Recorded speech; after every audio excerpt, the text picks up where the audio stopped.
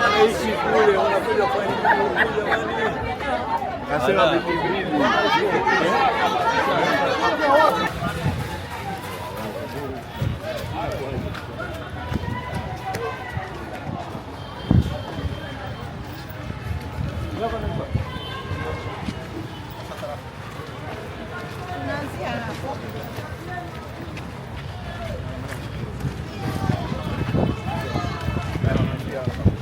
Na wanafunzi kama unavyoona msikimbie.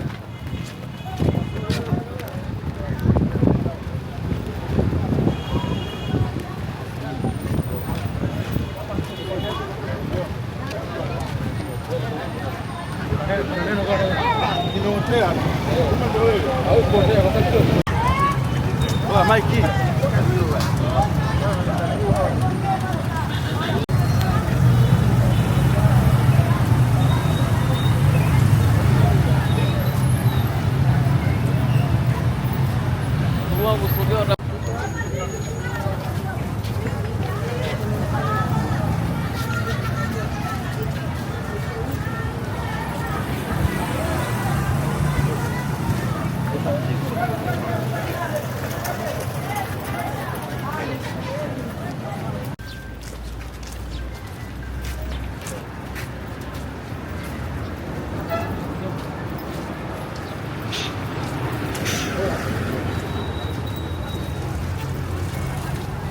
na mwakilishi wa mkurugenzi, wajumbe wenzangu wa kamati ya usalama, kwanza kuzungumza nanyi, pili kuwasikiliza, lakini tatu waambieni tulipata taarifa zenu za uwepo wa mgogoro wa ufungaji au utengenezaji wa eneo hili kwa kuweka mageti. Ziko pande mbili, moja ambao ni National Housing na wapangaji wao kuweka mageti, lakini ya pili ni baadhi ya wananchi wakiwepo na viongozi wa serikali kwamba barabara hizo zinazuiwa. Hivyo sisi kama serikali tuna wajibu wa kwanza kuwasikiliza nini changamoto ya mgogoro wetu, lakini la pili kuona namna gani tunatatua changamoto hizo ambazo zipo katika wakazi wetu.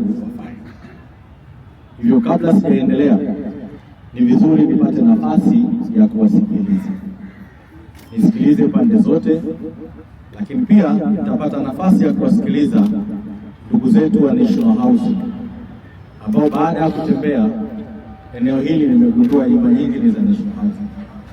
Sana wao kama National Housing wanaweza wakatuambia nini, na kwa sababu na mimi nimekuja na wataalamu pia na wajumbe wenzangu wa kamati ya usalama, sote kwa pamoja tutafikia nini kinafanyika katika eneo hili.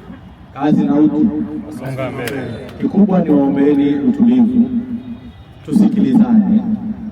Ukiona mtu anasema jambo ambalo linakukera, tuombe tu uvumilie, na wewe utaomba nafasi, tutakupa nafasi ili na wewe uweze kuzungumza hilo ambalo unahisi kwamba unataka kulizungumza. Mkuu wa wilaya, tunashukuru sana kwa ujio wako. Tulikuwa tumeandika risala fupi ambayo nilikuwa nimeomba nisome kwa niaba ya wakazi wa hapa Upanga. Sisi wakazi ambao ni wapangaji na wamiliki wa viwanja vilivyopo Kamini Flats,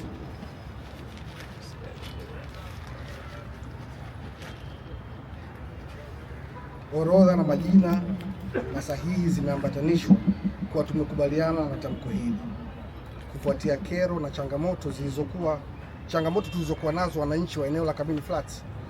Mnamo tarehe 18 Januari mwaka 2026 tulifanya kikao pamoja na meneja wa shirika la nyumba Upanga juu ya kuweka uzio pamoja na juu ya kuweka uzio pasipo kuvunja sheria, kanuni na taratibu za nchi. Mheshimiwa Mkuu wa Wilaya, eneo hili ni viwanja vilivyopimwa na kupewa hati kwa shirika la nyumba la National Housing. Wananchi na makampuni binafsi wote,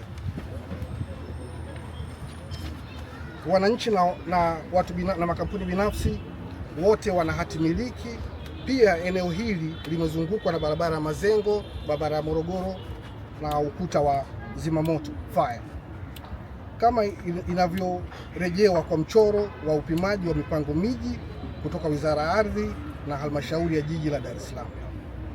Katika kutekeleza sheria za uendelezaji miji juu ya upatikanaji wa vibali, tuliomba vibali kutoka shirika la nyumba kama ndio kiongozi mmiliki, ofisi ya kanda namba 1 na ofisi ya mkurugenzi wa Halmashauri ya Jiji la Dar es Salaam, pamoja na ofisi hizo kufika eneo lililoombewa kibali. Vibali husishwa tumevyapatanisha kwenye rejea hii. Mheshimiwa Mkuu wa Wilaya, katika eneo hili hali ya ulinzi na usalama hairidhishi. Wananchi wa hapa tunaishi kwa hofu kubwa. Kadri muda unavyozidi kwenda, kulinganisha na maeneo mengine ambayo yamezungushiwa uzio, kwani matukio ya uporaji, ajali, uchafuzi wa mazingira, madanguro haramu, biashara zisizotambulika na serikali na wala shirika la nyumba zikizidi kushamiri kila kukicha. Mheshimiwa Mkuu wa Wilaya, tunaomba kukupa taarifa kuwa ndani ya mwaka huu tumepata matukio ya kuibiwa magari matatu, pikipiki kadhaa, pamoja na pampu za kupandishia maji mara kwa mara, vifaa vya magari. Kila siku wakazi wamekuwa wakiibiwa mbalimbali. Kila siku hali inazidi kuwa mbaya. Kuna baadhi ya mkazi alivamiwa na kuchukuliwa vitu vyake vya thamani, na baadhi ya matukio haya tuliwasilisha kwenye vyombo vya usalama.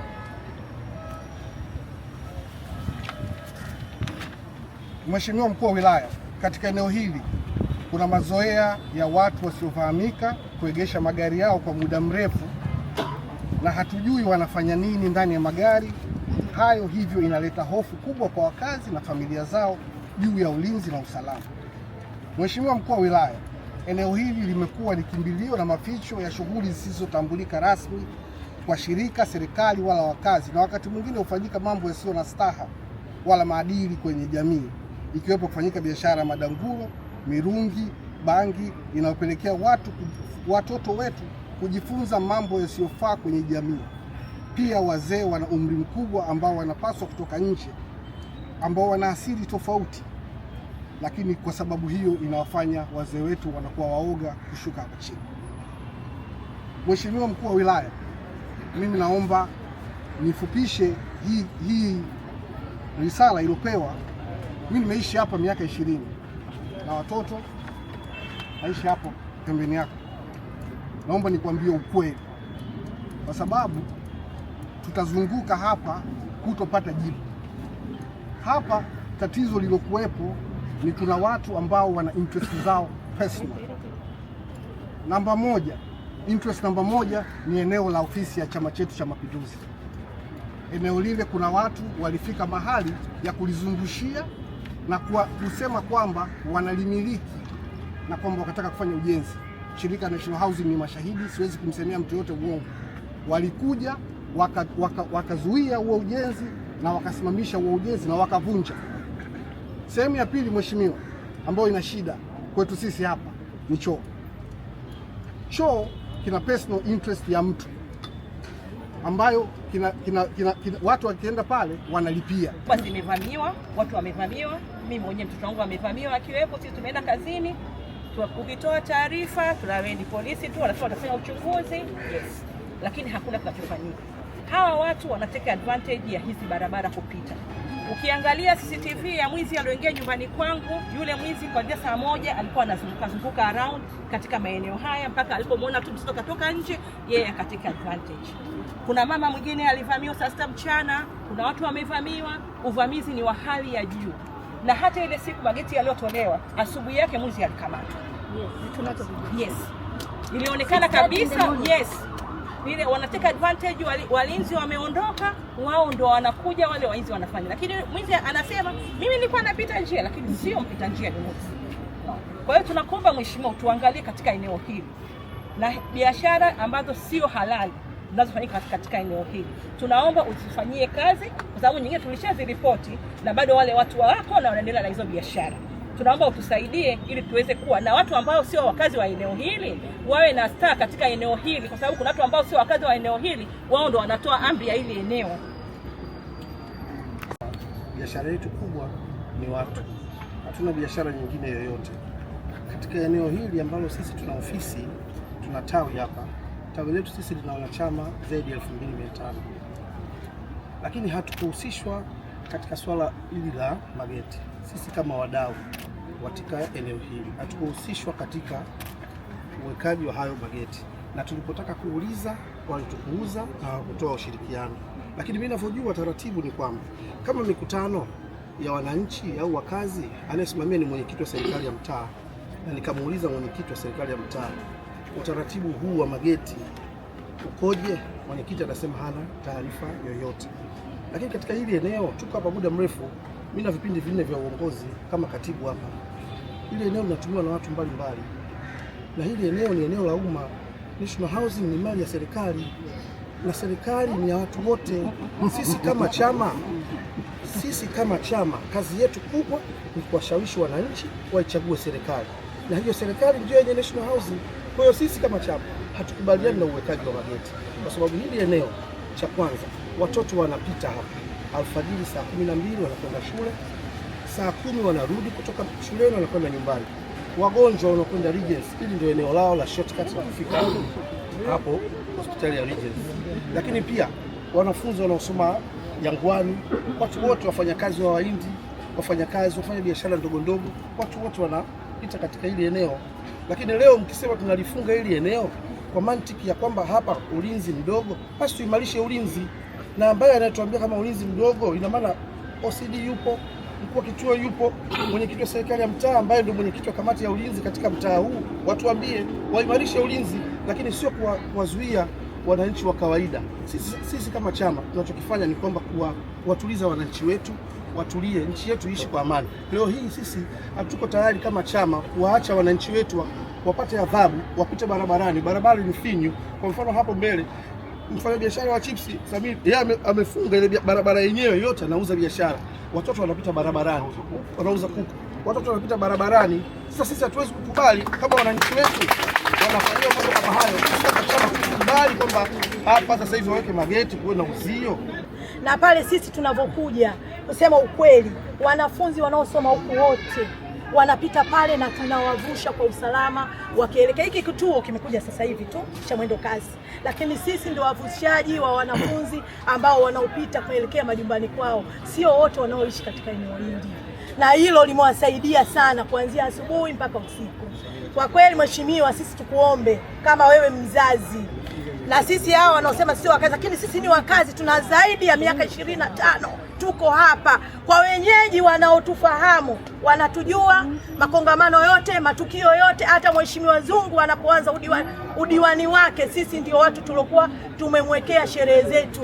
Kwa hiyo sisi tunakuomba mheshimiwa mkuu wa wilaya kwamba mageti yasiwepo, kwa sababu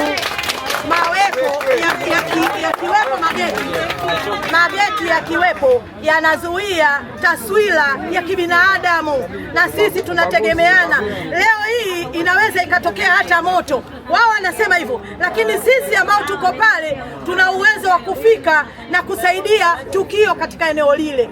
Au anaweza akatokea mgonjwa, sisi mara nyingi hapo, una huyo bibi hapo anaumwaga hapo, mara nyingi tunamsaidia hapo. Vile vile misiba inatokea, hata huku kulikuwa na rafiki zetu vile vile, bibi mmoja amefariki pale, tunasaidia jamii. Yani maana yake tunategemeana. Sasa leo hii wanavyosema wao yawekwe mageti, huo kwanza ni ubaguzi wa rangi. Sasa wao wakisema watubague na sisi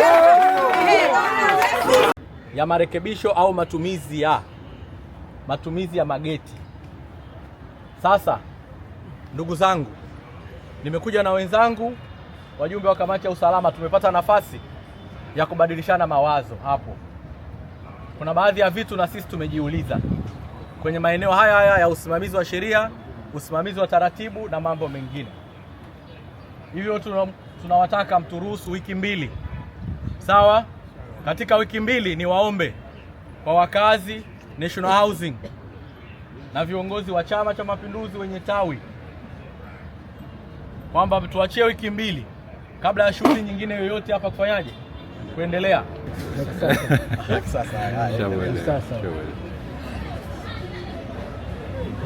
Haya, jamani tunaendelea Basi kama nilivyosema kwamba kuna baadhi ya vitu ambavyo tumeviona na kuna baadhi ya shughuli ambazo tumeziona, na sisi kwa sababu pia moja ya jukumu letu ni usimamizi wa usalama, lakini pia usimamizi na ufuataji wa sheria. Sasa naombeni wiki mbili, sawa, kwa pande zote, maana yake wakazi wa National Housing hapa, ndugu zangu na viongozi wangu wa chama na serikali, ambao hapa pana ofisi ya Chama cha Mapinduzi, lakini pana viongozi wa serikali, lakini pia ninazo mamlaka husika, maana yake ndugu zetu wa National Housing. Naombeni wiki mbili ili sasa na mimi nikatengeneze timu ya wataalamu ambao watahusika na watu wa ardhi, watahusika watu wa National Housing, watahusika watu wa jeshi la polisi. Sasa tumezungumza masuala ya usalama, sawa, lakini tutapata nafasi ya watu wa mipango miji, kwa maana yake timu ya mkurugenzi au halmashauri ya jiji la Dar es Salaam, sawa. Sasa hiyo timu itakuwa na mamlaka zingine ambazo ni za wajumbe wa usalama, wataingia kwenye hiyo timu. Sasa hiyo timu katika kipindi hiki cha wiki mbili watapata nafasi pia ya kuja kwenu kuonana na timu zote tofauti tofauti. Maana yake watapata nafasi ya kuonana na viongozi wanaoishi maeneo haya, watapata nafasi ya kuonana na viongozi wetu wa chama pamoja na serikali, lakini watapata nafasi ya kuonana na wamiliki ambao ni National Housing, sawa, lakini pia na wadau wengine tutapata nafasi, alafu watatushauri kwenye kamati ya usalama, kisha tutakuja hapa tujue nini ambacho kitakuwa kinaenda kufanyika. Kazi na utu, tunasonga mbele. Naombeni wiki ngapi? Mbili tu. Baada ya wiki mbili nitakuwa tayari mimi na majawabu na viongozi wenzangu, lakini pia tutapata ushauri kwa ngazi zinazohusika, mfano ngazi ya mkoa, ili tuweze kushauriana kwa pamoja, kwa sababu hili eneo ni eneo kubwa, ni eneo muhimu ambalo kila mmoja tuna wajibu wa kuhakikisha usalama na amani katika eneo letu hili la Faya. Niwaombe na niwatake wana Faya, wananchi wa mtaa huu, tuheshimiane, tusiwe na ugomvi. Sawa? Hili eneo lina historia kubwa. Sasa mlivyokuwa mnaishi, naomba katika hizi wiki mbili endeleeni kuishi hivyo hivyo. Baada ya wiki mbili tutakuja na majawabu pamoja na ndugu zetu wa National Housing.